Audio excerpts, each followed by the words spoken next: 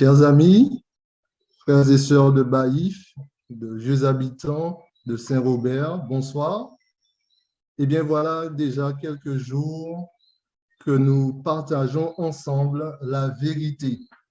Vérité que nous puisons dans la parole de Dieu, dans la Bible, la parole de Dieu. Et ceci grâce à notre prédicateur, pasteur Charles Pradel, qui chaque soir nous accompagne et nous aide à découvrir encore plus sur Dieu grâce à la Bible. Notre thème n'a pas changé. Vérité, message d'espoir dans ce monde troublé. Et ce soir, tout particulièrement, nous irons encore dans le livre de l'Apocalypse, puisque nous allons découvrir, grâce au pasteur et à la parole de Dieu, nous allons découvrir la signification, en tout cas la première bête de l'Apocalypse. Et pour ceci, eh bien, nous voulons tout simplement invoquer la présence de Dieu parmi nous par le secours de la prière, car c'est grâce à la prière que nous pourrons ensemble mieux comprendre la parole de Dieu. Je vous invite tout simplement donc à incliner la tête et ensemble, nous allons prier. Notre Seigneur, notre Dieu, nous voulons en ce soir te remercier pour la semaine que tu nous as permis de bien passer. Nous te remercions aussi parce que tu nous permets d'entrer dans ton saint jour, le sabbat. Nous te demandons, Seigneur Dieu, de nous accompagner encore par ton Esprit Saint, celui que tu as promis de nous envoyer et qui doit nous conduire dans toute la vérité. Et ce soir, Seigneur Dieu, nous voulons ensemble découvrir encore la vérité, afin, Seigneur Dieu, que cette vérité puisse nous affranchir, nous rendre libres.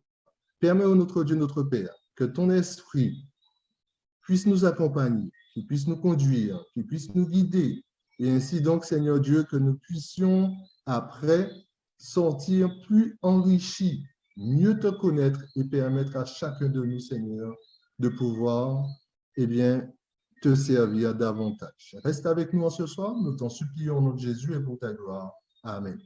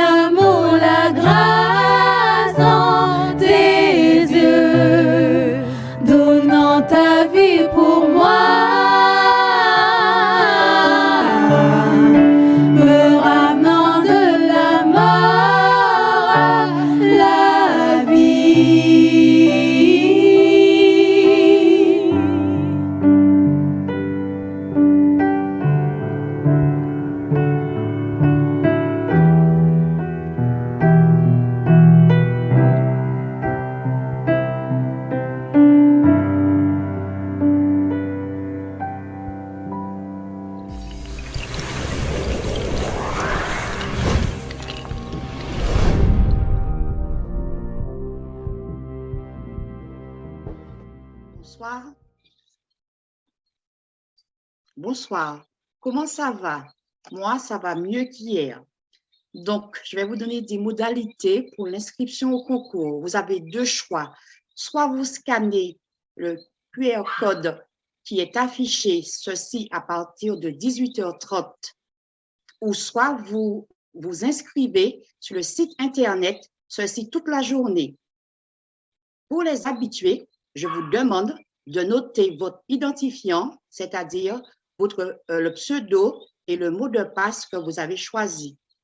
Maintenant, corrigeons les questions d'hier. Les 10 commandements ont été écrits par le doigt de Dieu sur un rouleau. C'est faux. Et c'est vérifié dans Exode 31, verset 18, qui nous dit « Lorsque l'Éternel eut achevé de parler à Moïse sur la montagne de Sinaï, il lui donna les 2 tables du témoignage, tables de pierre, écrites du doigt de Dieu. » La deuxième question était « Le décalogue, la loi de Dieu, était placée dans l'arche et les lois de Moïse à côté. » C'est vrai. Ceci est vérifié dans Hébreux 9, verset 14. La troisième question, je peux décider d'observer les commandements que je veux. L'important, c'est l'amour que j'ai pour Dieu. C'est faux. Et la Bible nous le confirme dans Jacques 2, verset 10, qui dit « Car quiconque observe toute la loi, mais pêche contre un seul commandement, devient coupable de tous. » Quatrième question, le dragon qui représente le diable fait la guerre au reste de sa postérité, à ceux qui gardent les commandements de Dieu et qui ont le témoignage de Jésus. Cette question est vraie. Ceci est vérifié dans Apocalypse 12, verset 17. Le sabbat a été aboli à la mort de Jésus sur la croix. C'est faux et ceci est vérifié dans Matthieu 5, verset 18. Car je vous le dis en vérité, tant que le ciel et la terre ne passeront pas, il ne disparaîtra de la loi un seul iota ou un seul trait de lettre jusqu'à ce que tout soit arrivé. Maintenant, nous allons passer aux questions d'aujourd'hui. Première question. Dans le livre de l'Apocalypse, Dieu s'adresse à 8 églises. Vrai ou faux? Je reprends. Dans le livre de l'Apocalypse, Dieu s'adresse à 8 églises. Vrai ou faux? Deuxième question. La dernière église à laquelle Dieu s'adresse est l'église de Philadelphie. Vrai ou faux? La dernière église à laquelle Dieu s'adresse est l'église de Philadelphie. Vrai ou faux? Troisième question. Dans le langage prophétique, un jour équivaut à une année. Vrai ou faux? Troisième question. Dans le langage prophétique, un jour équivaut à une année. Quatrième question. Lorsque je reçois le baptême par aspersion, je fais la volonté de Dieu. Vrai ou faux? Je reprends la quatrième question. Lorsque je reçois le baptême par aspersion, je fais la volonté de Dieu. Vrai ou faux? Cinquième question. Le témoignage de Jésus est l'esprit de la vérité. Vrai ou faux? Une dernière fois, je reprends cette question. Le témoignage de Jésus est l'esprit de la vérité. Vrai ou faux?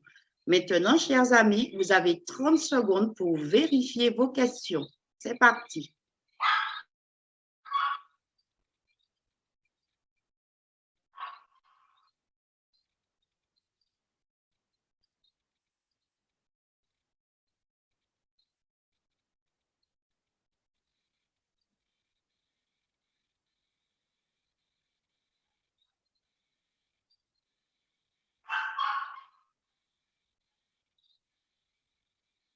C'est fini.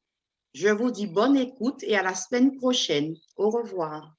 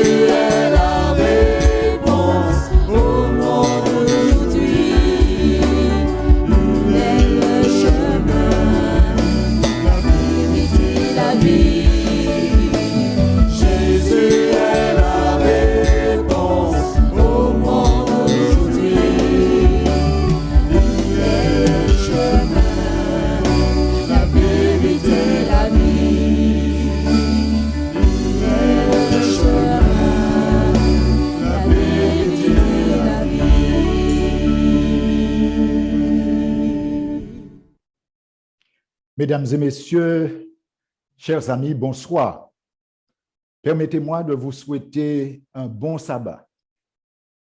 Le soleil est couché déjà. Eh bien, nous sommes dans le sabbat.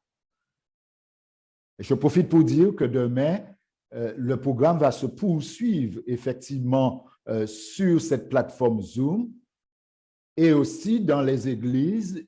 Les membres seront en présentiel et vont pouvoir visionner le message qui sera projeté donc, sur la plateforme Zoom. Poursuivons notre belle aventure autour de la parole de Dieu pour découvrir encore ce soir un message d'espoir pour ce monde troublé.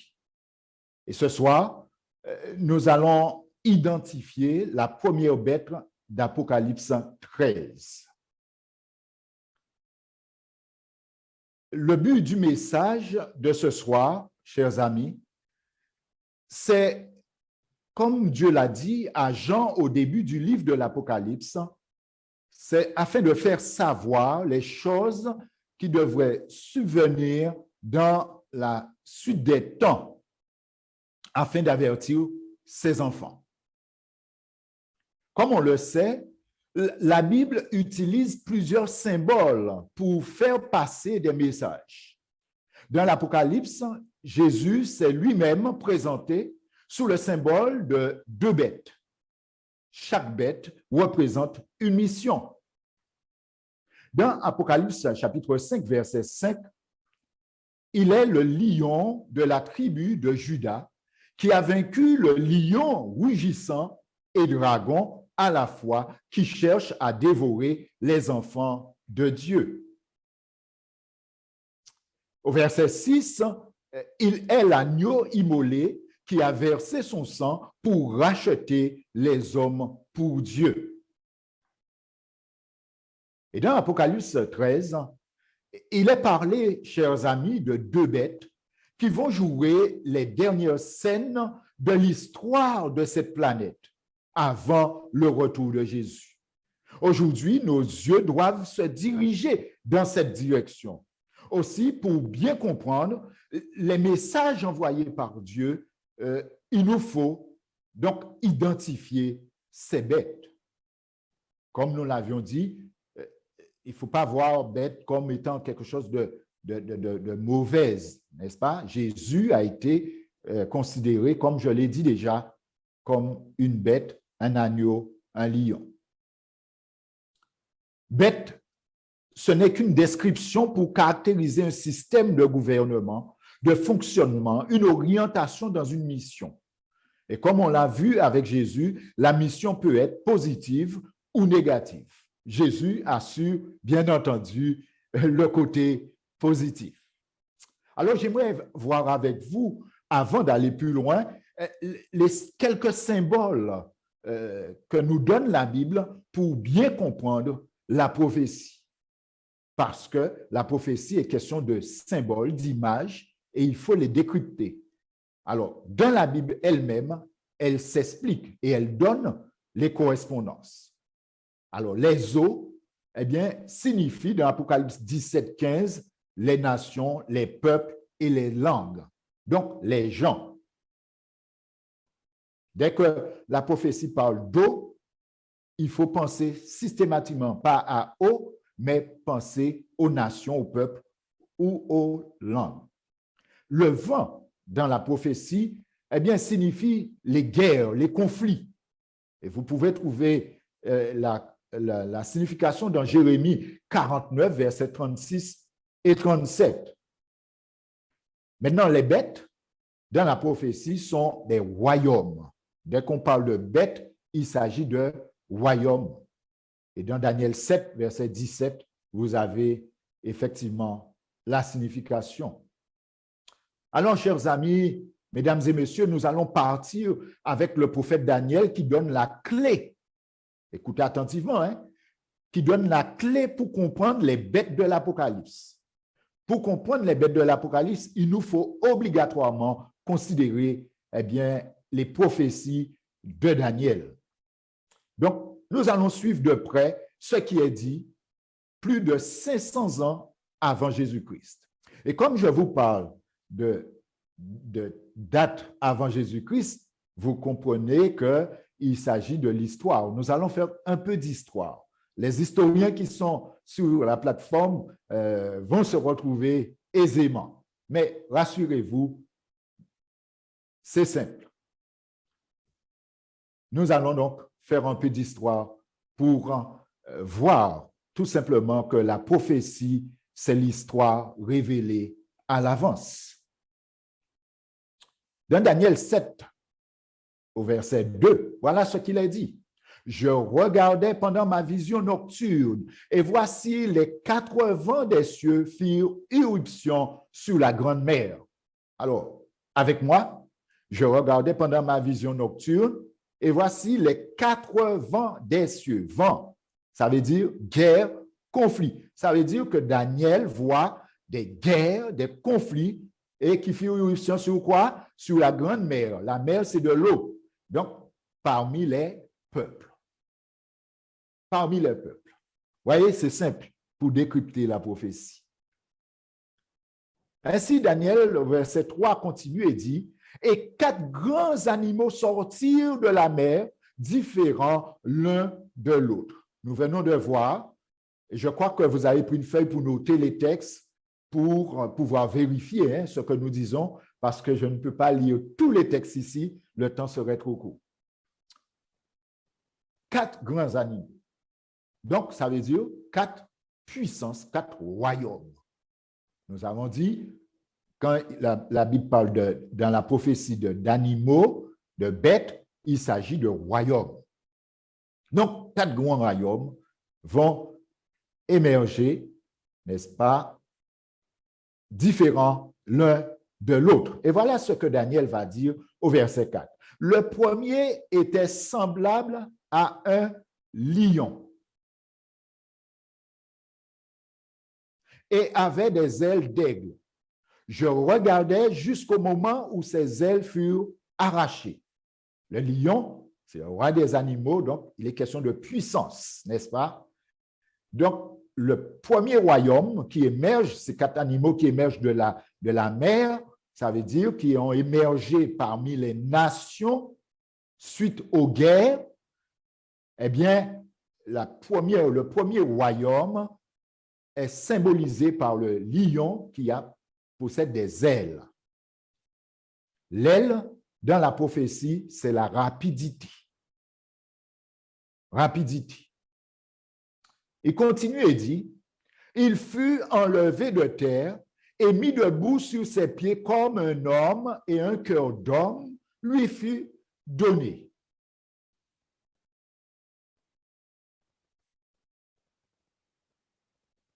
Il fut enlevé de terre, mis debout sur ses pieds comme un homme.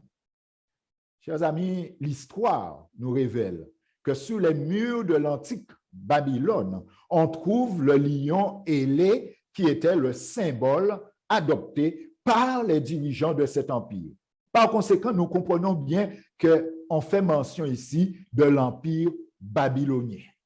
L'empire babylonien qui a régné de 606 à 539 avant Jésus-Christ. Oh, j'essaie d'aller calmement. Certains me disent, mais pasteur, vous allez trop vite et on a du mal à suivre. Mais c'est pourquoi j'essaie d'aller le plus calmement que je peux, tout en gardant quand même l'heure. Donc, l'Empire babylonien de 606 à 539 avant Jésus-Christ. Vous savez, le chapitre 2 de Daniel et le chapitre 7 peuvent être mis en parallèle, car ils décrivent la même chose, c'est-à-dire la succession des empires. Et le chapitre donc 2, c'est la partie politique, purement politique. Donc, quand vous lisez la prophétie de Daniel 2, la statue avec les 4 métaux, eh bien, il s'agit de royaumes, donc politiques, purement politiques. Et quand on arrive en Daniel 7, les mêmes royaumes sont mentionnés, cependant, avec une finalité religieuse. Retenez ceci, c'est important. Une finalité religieuse. Par conséquent, la tête d'or de la statue de Daniel 2, eh bien, c'est la même puissance, c'est l'empire babylonien qui est représenté par Daniel 7, par le lion. Le texte continue et dit, et voici, un second animal était semblable à un ours et se tenait sous un côté. Il avait 3 côtes dans sa gueule, entre les 2 dents, et on lui disait, lève-toi, mange beaucoup de chair. Oh, il y a un élément que j'ai omis de vous donner pour l'Empire babylonien, c'est-à-dire le lion ailé.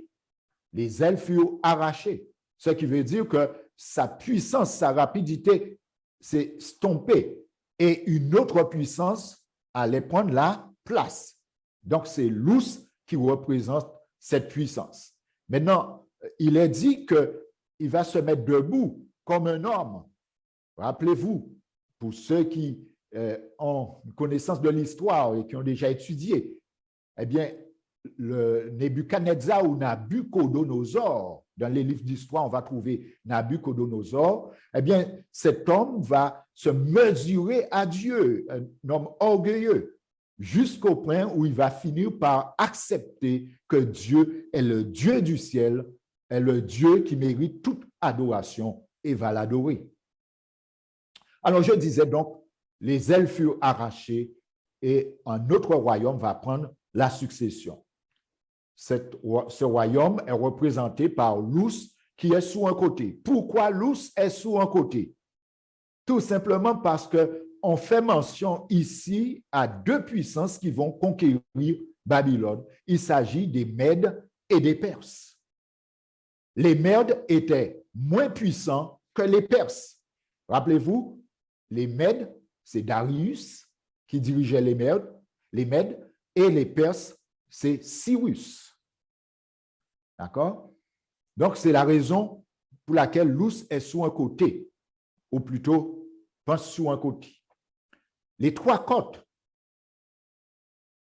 nous verrons pour les 3 côtes dans un instant. Alors, j'aimerais faire le parallèle avec Daniel 2, rapidement. Daniel 2, nous sommes maintenant à la poitrine qui est en argent, qui représente l'empire médo-persan et qui a régné de 539 à 331 avant Jésus-Christ. Je pense que je ne vais pas trop vite jusque-là. Donc, l'ours représente eh bien, cette même puissance. Cependant, il y a des détails supplémentaires qui sont apportés. Les 3 côtes dans la gueule de l'ours, ça veut dire que, eh bien, il fallait que cette puissance des Mèdes et des Perses remporte la victoire sur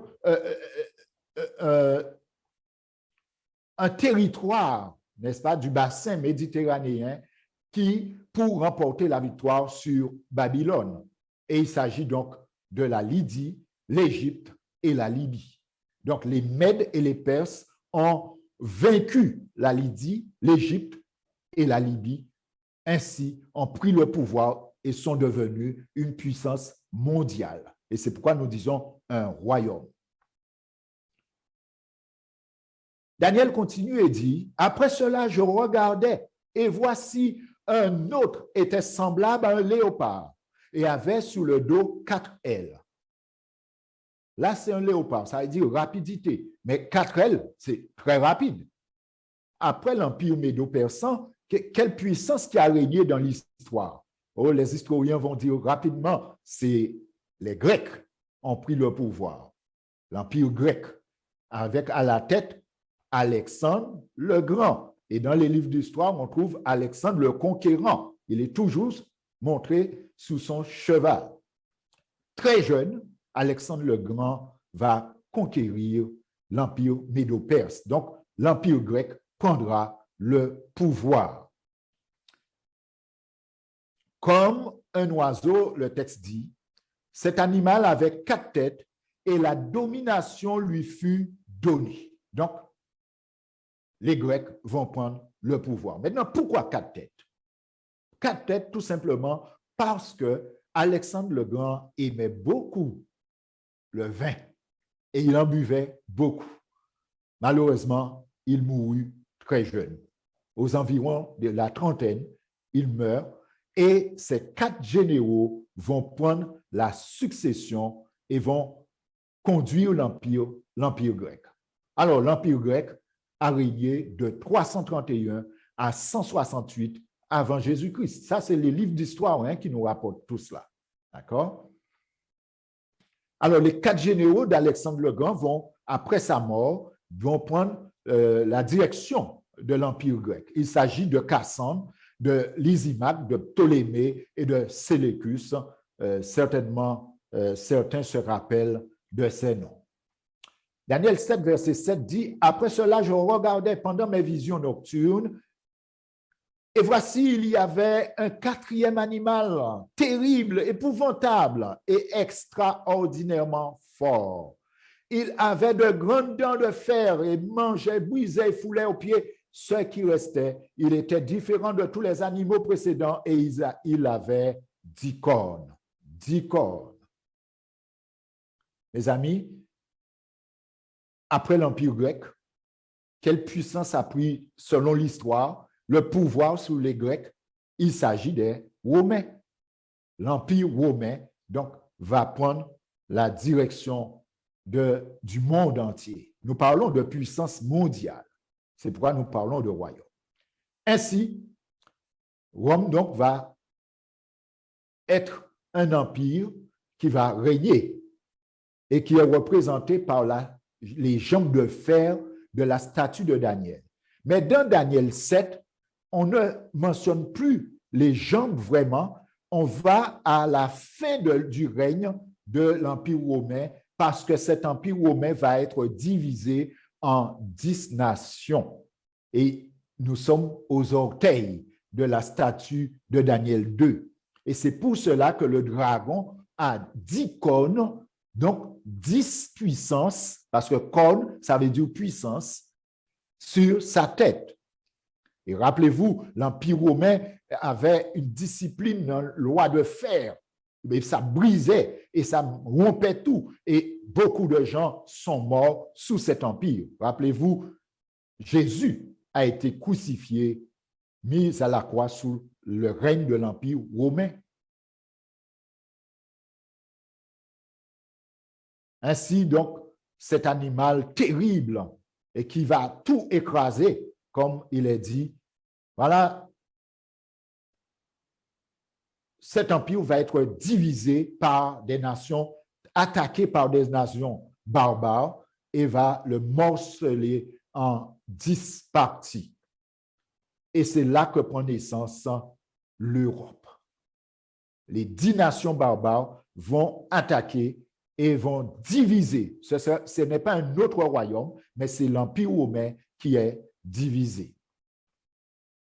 Nous trouvons les nations qui ont conquis ou qui ont divisé cet empire, les Alamans ou Alémanistes, qui sont devenus les Allemands, les Burgondes, qui sont devenus les Suisses, les Francs, qui sont devenus les Français, les Lombards, qui sont devenus les Italiens, les Saxons, les Anglais, on dit toujours anglo-saxons, les Suèves, les Portugais, les Visigoths, les Espagnols. Et il y avait aussi les Hérules, les Vandales et les Ostrogoths, 10 nations barbares qui ont continué à régner pendant la division donc, de l'Empire romain.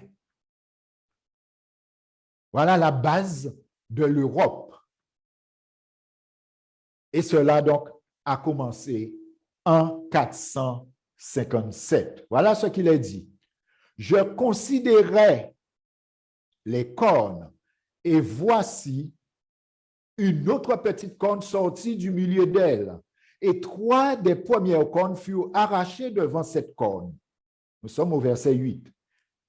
Une petite corne va émerger parmi les cornes. Donc, parmi les puissances d'Europe, une puissance va émerger parmi l'Europe, des 10. Et qu'est-ce qui va se passer? 3 nations vont tomber, vont disparaître. Les Hérules, les Vandales et les Ostrogoths vont être anéantis pour que cette puissance, nous sommes maintenant au Daniel 7, verset 8, et voilà ce qu'il est dit. Et voici, elle avait des yeux comme des yeux d'homme et une bouche qui parlait avec arrogance. Donc, cette petite corne qui a émergé avait des yeux et une bouche. Ce qui veut dire que cette puissance qui a émergé avait un homme à sa tête et avec une connotation religieuse. Et pour prendre sa place, eh bien, pour s'installer, il fallait que cette puissance anéantisse, eh bien, les Hérules, les Vandales et les Ostrogoths. Ça, c'est l'histoire. C'est notre histoire. Nous continuons. Il a dit que cette petite corne sera différent, ou plutôt le roi de cette petite corne sera différent des premiers rois, et il abaissera 3 rois. Donc, nous l'avons, je l'ai déjà précisé. Il prononcera des paroles contre le Très-Haut. Et là, nous commençons à entrer dans des détails importants. La puissance qui est dirigée par un homme prononce des paroles contre le Très-Haut. Il opprimera les saints du Très-Haut et il espérera changer les temps et la loi. Oh, j'aimerais vous lire quelque chose. Cette puissance va espérer changer le temps et la loi. Quelle puissance qui a émergé dans l'Europe et qui a un homme et qui a une orientation religieuse, spirituelle, et qui va espérer changer le temps et la loi. J'aimerais vous lire dans le catéchèse de l'Église catholique une déclaration à la page 230. Rapidement,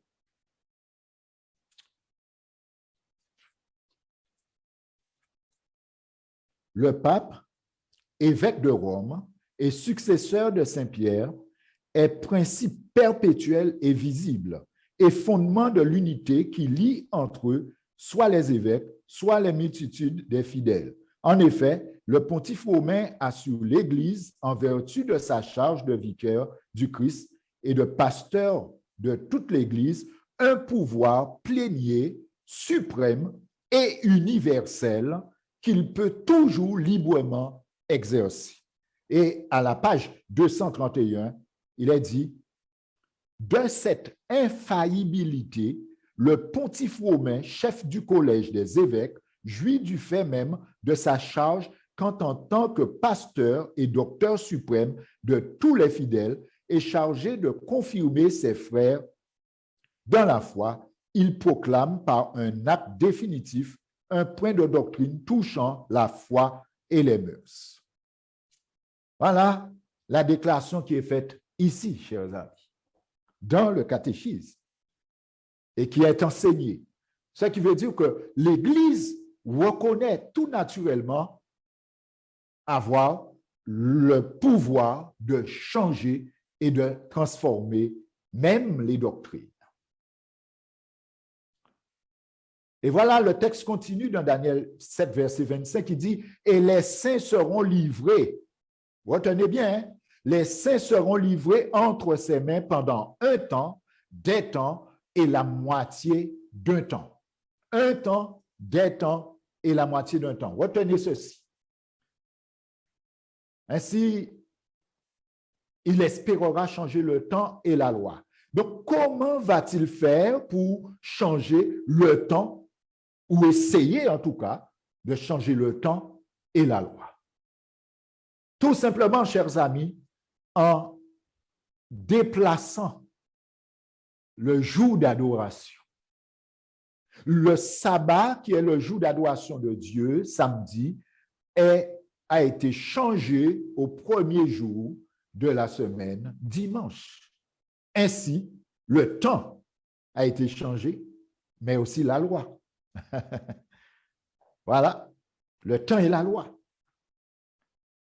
Oh, Saint Paul mettait en garde les chefs religieux, les responsables de son temps. Et même Jésus a eu l'occasion de dire aux scribes, aux pharisiens hypocrites, « Vous annulez ma parole au profit de votre tradition. » Et Paul maintenant a vu le danger qui arrivait Et voilà ce qu'il va dire. Prenez garde à vous-même et à tout le troupeau sous lequel le Saint-Esprit vous a établi évêque, pour paître l'Église du Seigneur qu'il s'est acquise par son propre sang. Je sais, dit Paul, qu'il s'introduira parmi vous après mon départ des loups cruels qui n'épargneront pas le troupeau. Il s'élèvera du milieu de vous des hommes qui enseigneront des choses pernicieuses pour entraîner des disciples après eux. Donc, Paul mettait déjà l'Église en garde. Attention, il y aura de ceux qui vont venir et qui vont faire entrer dans la doctrine des apôtres que Jésus a laissé d'autres enseignements. Alors, voilà ce que nous pouvons lire dans un livre de l'Église catholique, romaine. Vous pouvez lire la Bible de la Genèse à l'Apocalypse et vous ne trouverez même pas une seule ligne qui autorise la sanctification du dimanche. Les Écritures soutiennent l'observation religieuse du samedi. Et ça, vous trouvez ça dans James Cardinal Gibbons, The Fifth of Our Fathers, à la page 89, donc livre de l'Église catholique romaine. Voilà une autre déclaration. Les fondamentalistes se réunissent pour adorer le dimanche et cependant, il n'y a aucune preuve dans la Bible qui indique que l'adoration collective devait être effectuée le dimanche. Le sabbat juif ou le jour du repos était en réalité le samedi.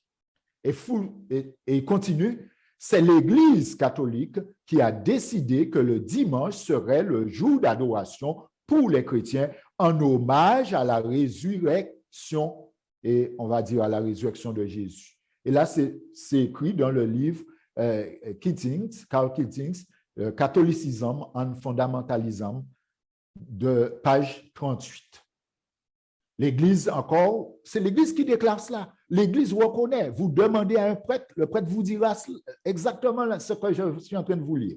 L'Église avait changé le sabbat au dimanche, non par ordre du Christ, mais par sa propre autorité. C'est écrit dans le Canon and Tradition, Canon and Tradition, à la page 263.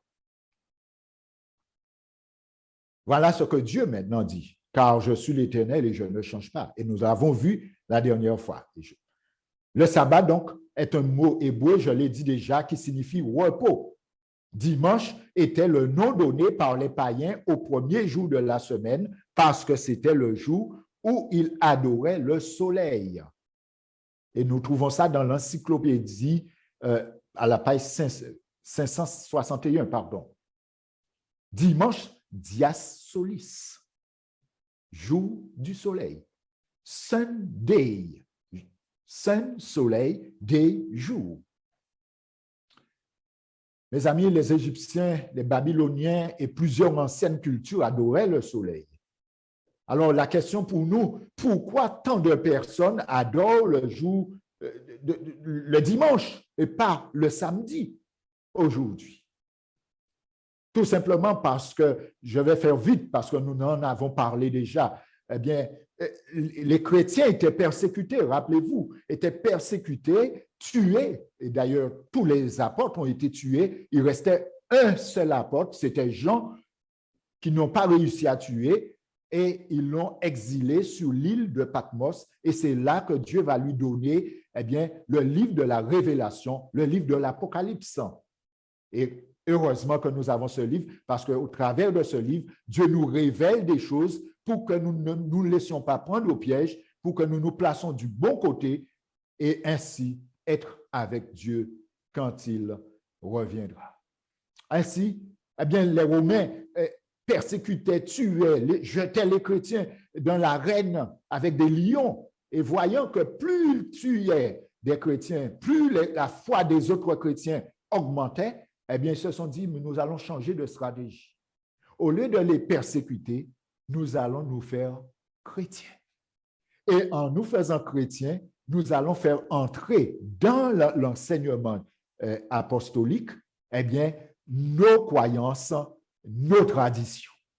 Ainsi, Alexandre le Grand va se convertir, d'autres dignitaires romains vont se convertir à la chrétienté. Les chrétiens seront si contents de voir que leurs persécuteurs viennent à eux, eh bien, vont ouvrir les portes et ainsi, Constantin va proposer la loi, ou plutôt l'adoration le dimanche.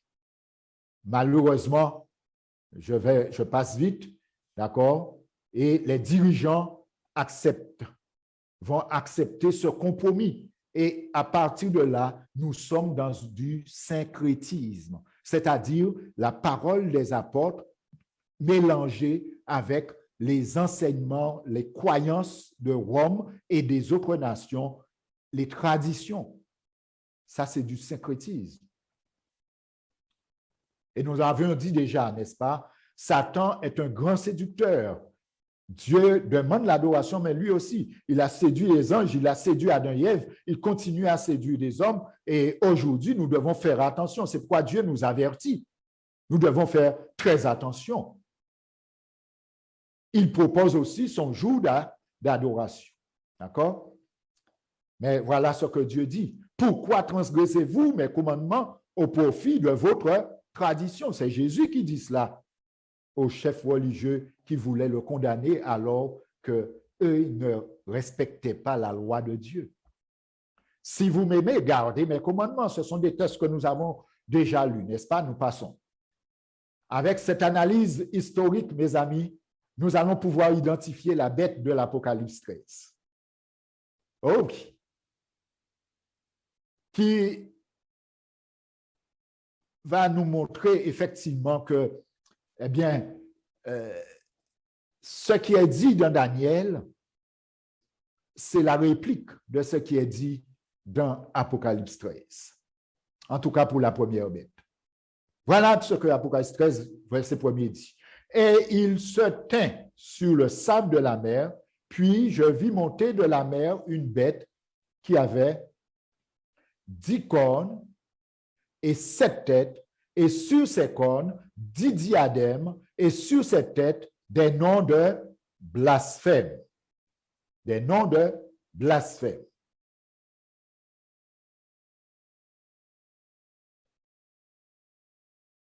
D'accord?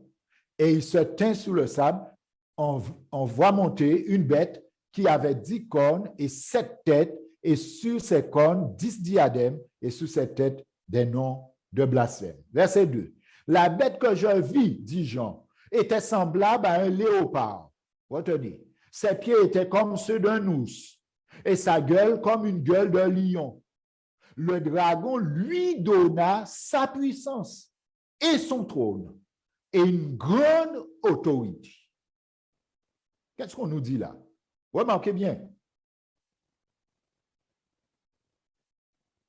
La bête que je vis était semblable à un léopard. Ses pieds étaient comme ceux d'un ours et sa gueule comme une gueule de lion.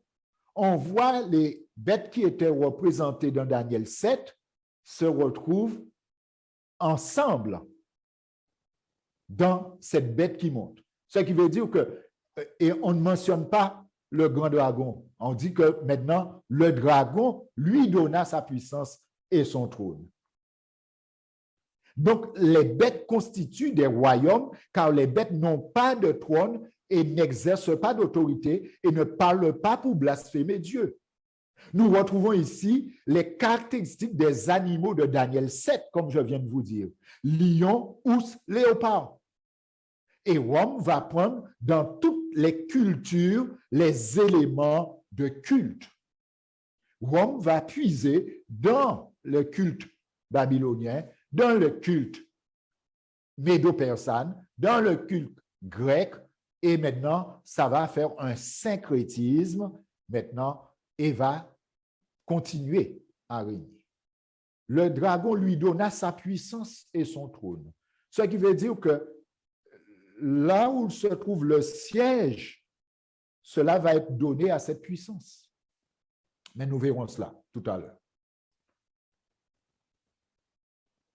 Le temps d'action de cette bête est mentionné au verset 5. Verset 5. Et il lui fut donné une bouche qui proférait des paroles arrogantes et des blasphèmes, et il lui fut donné le pouvoir d'agir pendant 42 mois. Ça vous rappelle la petite corne dans Daniel 7 qui a émergé et qui a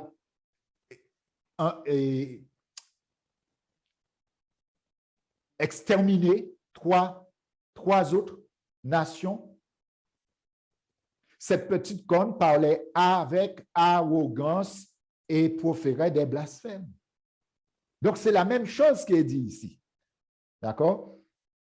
Et il fut donné le pouvoir d'agir pendant 42 mois. Tandis que dans Daniel, il est dit, il devait régner pendant 1260 jours ou 1260 années prophétiques. Alors, nous allons faire la comparaison. Alors, le mois juif comprend 30 jours, mes amis. D'accord? Et l'année juive, c'est 360 jours. Ça, vous pouvez vérifier cela. Alors, 42 mois, il faut multiplier 42 mois par 30 jours. Et ça nous donne 1260 jours. Tout comme dans Daniel, 1260 jours.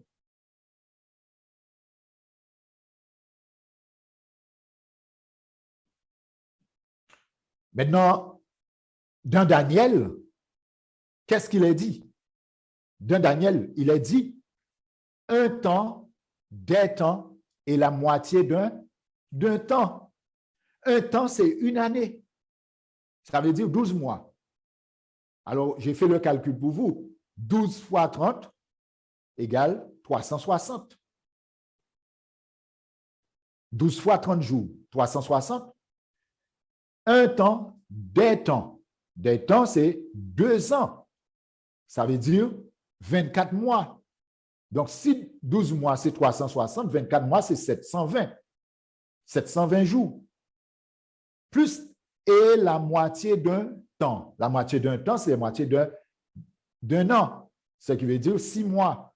Donc, il faut faire 6 fois 30 égale 180 jours.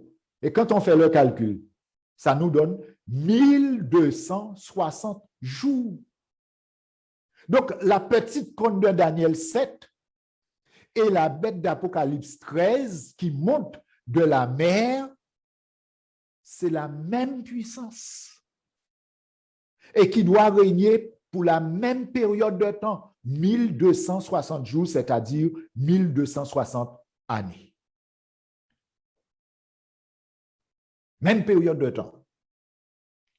Apocalypse 13, verset 3 dit, « Et je vis l'une de ses têtes comme blessée à mort, mais sa blessure mortelle fut guérie. » Alors, comme nous avons vu que dans Daniel 7, ça correspondait bien à la puissance papale, selon l'histoire, est-ce que ce que Apocalypse maintenant dit ici a eu du sens? Est-ce que la papauté a reçu une blessure mortelle? Et le texte continue et dit, « Et toute la terre était dans l'admiration derrière la bête. » Alors, voyons ce qui s'est passé. Qu'est-ce que l'histoire nous dit?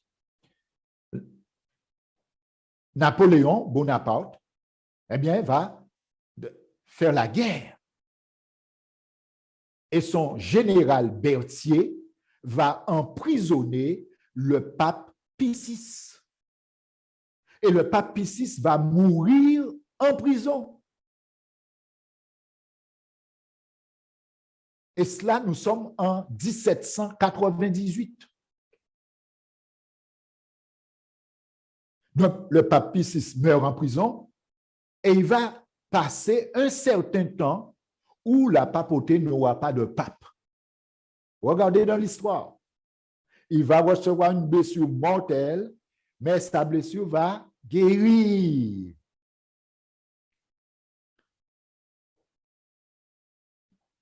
Alors, le début de la papauté en Europe, ben, ça a commencé en 538 selon l'histoire, quand cette puissance a émergé a anéanti les Hérules, les Vandales et les Ostrogoths, eh bien, cette puissance a été reconnue en 538 de notre ère. Et quand vous faites l'addition 538 plus 1260 années, comme Daniel dit et comme Apocalypse dit, de règne, nous aboutissons à 1798. Et en 1798, selon l'histoire, la papauté va recevoir, eh bien, un coup mortel. Le pape va être emprisonné, Pie VI va être emprisonné et va mourir en prison. Et ce sera aussi la fin de la domination papale. Pourquoi? Parce que avant cela, rappelez-vous, eh bien, les chrétiens étaient tués, mis sous le bûcher, Jérôme, etc., étaient mis sous le bûcher parce qu'ils voulaient que la Bible et la Bible seule, la sola scriptura. Et c'est pour cela que le protestantisme, les mouvements de réforme ont pris naissance, etc. J'essaie de passer vite pour avancer et pour finir. Alors, comment maintenant? Alors, nous sommes arrivés au point où l'histoire confirme tout ce que nous disons là. Vous pouvez tout vérifier. En 1798, Napoléon Bonaparte, avec son armée, vont capturer le pape Pie VI et c'est le général Berthier qui va le capturer et va mourir en 1798. Et quand on fait le calcul, effectivement, la papauté a régné pendant 1260 années.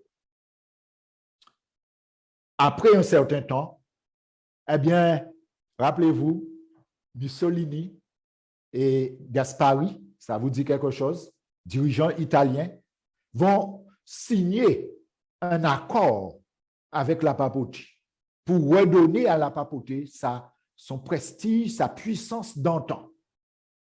D'accord? Je vous ai mis le journal qui faisait mention de cela. Ainsi, la blessure mortelle fut guérie en 1929. Donc, de 1798 à 1929, c'était le calme plat, blessure mortelle, mais qui n'était pas encore guérie. Mais en 1929, ça va encore émerger et avec l'accord du Latran, l'accord du Latran, le traité du Latran, et l'article 1er dit ceci: l'Italie reconnaît et réaffirme le principe consacré dans l'article 1er du statut du royaume en date du 4 mars 1848, en vertu duquel la religion catholique, apostolique et romaine est la seule religion de l'État. Et par conséquent, on va donner au Vatican le trône, c'est-à-dire Rome. Et parce que c'est à Rome que se trouvait la capitale de l'Italie et l'Empire romain, de l'Empire romain. Et cette capitale s'est déportée à Constantinople. OK. Article 2. L'Italie reconnaît la souveraineté du Saint-Siège dans le domaine international comme un attribut inhérent à sa nature, en conformité avec sa tradition et avec les exigences de sa mission dans le monde.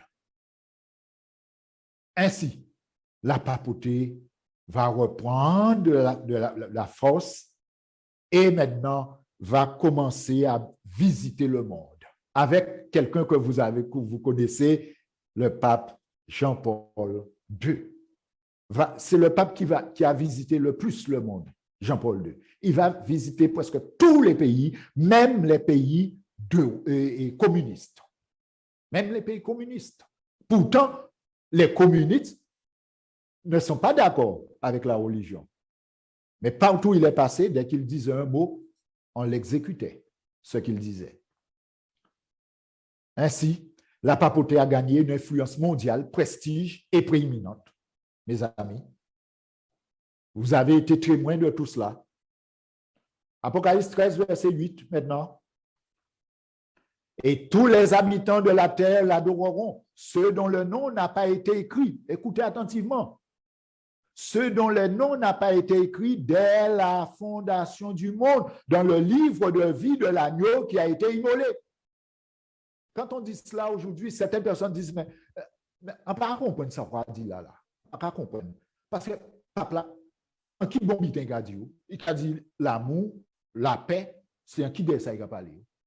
Mais comment bon Dieu peut faire dire que c'est ennemi alors qu'il a demandé nous faire que du bien? Il faut demander à Dieu pourquoi il dit cela. Tout simplement parce qu'il y a des enseignements qui sont véhiculés qui ne sont pas de Dieu. Et ce que nous voyons, ce n'est pas toujours ce qui existe en réalité. Vous savez, j'ai eu l'occasion de poser la question, savez-vous qu'il y a 2 papes? Quand je pose cette question, les gens ouvrent les yeux tout grands. Eh oui, il y a toujours eu 2 papes. Un pape blanc, habillé en blanc, un pape noir, habillé en noir. Le pape blanc, c'est celui que tout le monde voit. Et quand ce pape est élu, on voit même la fumée qui monte, n'est-ce pas, etc. Voilà. C'est le pape qui visite le monde, qui prêche la paix, qui prêche l'amour, qui prêche tout cela. Mais celui qui est noir, c'est l'agent secret du Vatican. C'est le pape des Jésuites. Mais j'aimerais vous dire qu'aujourd'hui, nous avons un pape qui est élu, qui est jésuite. Je ne sais pas pourquoi. C'est la première fois qu'un pape jésuite est élu pour être habillé en blanc. Ils sont toujours en noir. OK. Donc, c'était une précision que j'ai voulu vous apporter pour comprendre que Dieu nous avertit. Dieu nous donne des choses. Il dit, je vous ai envoyé l'Apocalypse pour que vous sachiez ce qui va arriver à la suite des temps.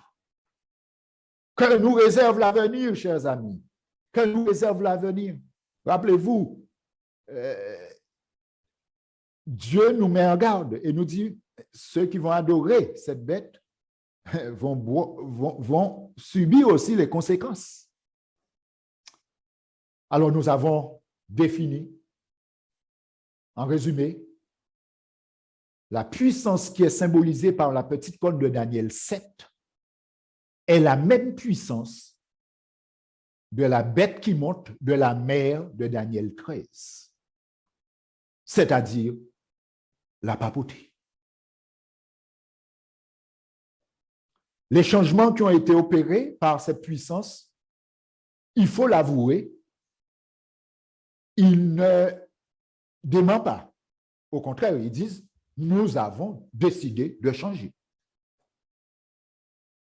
En conclusion, chers amis, Apocalypse 14, verset 9 à 12 déclare, « Et un troisième ange les suivit en disant d'une voix forte, « Si quelqu'un adore la bête et son image et reçoit une marque sous son front, ou sur son front, ou sur sa main, il boira lui aussi du vin de la fureur de Dieu versé sans mélange dans la coupe de sa colère, et il sera tourmenté dans le feu et le soufre devant les saints anges et devant l'agneau.